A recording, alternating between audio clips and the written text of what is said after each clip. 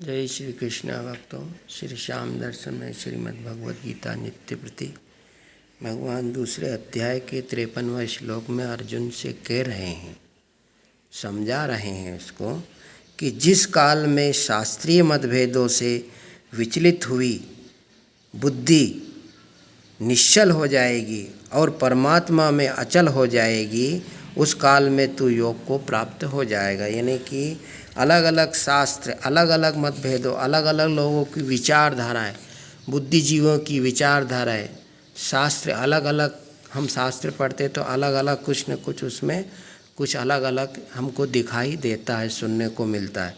लेकिन इन सारी चीज़ों से, अगर इन सारे मतभेदों से ये शरीर के द्वारा ये मन हमारा जो है, अगर ये एकाग्र हो गया, ये निश्चल मतलब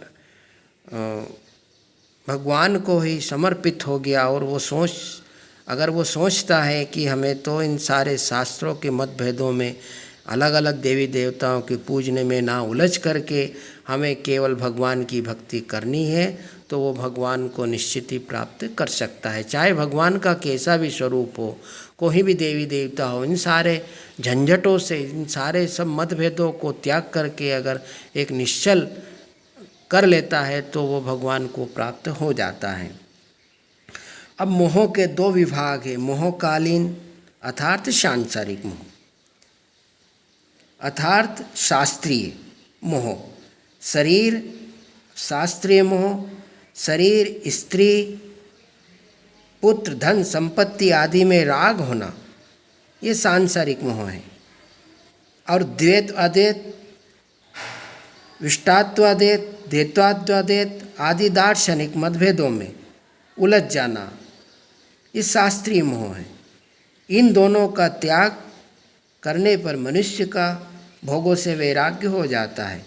अब इन दोनों मतों से अगर मनुष्य का वैराग्य हो गया तो वो उसको भोगों से, ये भोग विलास, काम वासना, मेरा तेरा, इससे सबसे उसको वैराग्य हो जाता है और उसकी बुद्धि स्थिर हो जाती है। अब बुद्धि स्थिर होने पर योग की प्राप्ति हो जाती है, अर्थात परमात्मा से दूरी मिट जाती है, यानी भगवान के वो निकट धीरे धीरे पहुँचने लग जाता है और परमात्मा से समीपता, यानी उनके निकट ही पहुँच जाता है। कर्म योग से समीपता होती है, ज्ञान योग से अभेद हो जाता है, जिसको कोई भेद नहीं सकता। और भक्ति योग से अभिन्नता, यानी भगवान और उनमें कोई भिन्नता नहीं है। इस प्रकार वो भगवान के ही उसमें धीरे धीरे निकट और भगवान परमात्मा के बिल्कुल सानिध्य में पहुंच जाता है। और कर्म योग से और ज्ञान योग से दोनों ही से एक ही सिद्धि प्राप्ति हो जाती है। ऐसी सिद्धि प्राप्त होने पर साधक को दोनों के फलों को प्राप्त कर लेता है। अब मनुष्य केवल अपने कल्याण का उद्देश्य हो और धन संपत्ति, कुटुंब, परिवार आदि से कोई स्वार्थ का संबंध ना हो तो वह सांसारिक मोह से तर जाता है। अब पुस्तकों की पढ़ाई करने का, शास्त्रों की बातें सीखने का उद्देश्य ना हो, प्रत्युत केवल तत्व का अनुभव करने का उद्देश्य हो कि हमें तो केवल भगवान को ही प्राप्त करना है, इन सारे शास्त्रों के मतभेदों से हमें कोई वास्ता नहीं, तो वह शास्त्रीय मोह से तर जाता है। क्योंकि शास्त्र भी एक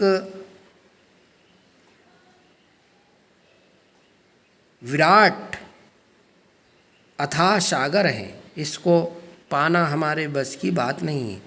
तात्पर्य है कि साधक को ना तो सांसारिक मोह की मुख्यता रखनी है और ना ही शास्त्रीय मतभेदों की मुख्यता रखनी है, अर्थात किसी मत संप्रदाय का कोई आग्रह नहीं रखना। ऐसा होने पर वह योग का, मुक्ति का अथवा भक्ति का अधिकारी हो जाता है।